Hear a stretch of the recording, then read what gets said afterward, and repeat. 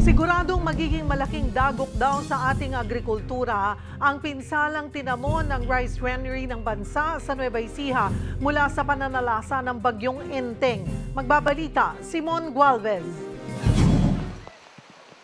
Pabugso-bugso at hindi na ganun kalakas ang nararanasang ulan sa bayan ng Licab sa Nueva Ecija. Pero ang baha sa ilang bahagi nito, hindi pa rin humuhupa. Kuliglig na nga ang gamit ng iba sa pagtawid sa mga kalsadang nalubog sa tubig. Paliwanag ng lokal na pamahalaan, catch basin do kasi ang bayan ng mga tubig galing sa norte. Galing ng bundok, galing ng Cagayan, galing ng Pangasinan, both sides. Lalo na pag nagpamola ang Pantabangan Dam and San Roque Dam. Ang mga palayan sa lugar, nagmistula ng ang dagat sa taas ng tubig. Ito yung tulay na nagdurugtong sa iba't ibang mga barangay dito sa bayan ng Licab.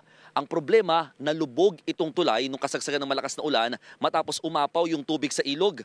Sa katunayan, lampas taong araw o mahigit 6 na talampakan yung taas ng tubig mula pa lang dito sa tulay. At ang pruweba, itong mga yabat o mga water lily na naipit matapos rumagasa dito nga sa naturang tulay. Bumigay din ang bahagi ng river wall dahil sa rumaragas ang tubig sa ilog. Kaya nalubog ang mga katabing bahay. Kwento ng mga residente, nabulaga na lang daw sila nang biglang tumaas ang tubig nitong Martes ng madaling araw. Pagising ko sa kapitbahay namin, pagtapa ko, hanggang tuhod ko na yung tubig. Kaya apura na kami, yung hinaga namin, puro tubig na, puro putik na. Nalunod din ng nasa 3,000 pugo sa backyard farm na ito at nasira ang mahigit 100 sako ng feeds. Nakakaiyak po talaga kasi kahit paano malaking tulong po yun.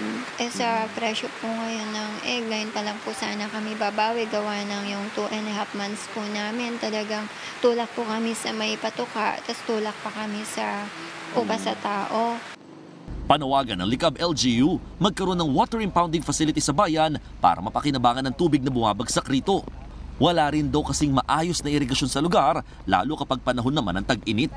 Sana mapakinggan kami, madinig, kasi naririnig ko naman kay Presidente na yung mga lugar na binabaha, magtayo ng impounding. Pag naipon namin ito, baka kami din mag-supply dun sa mga ibang lugar na nangangailangan.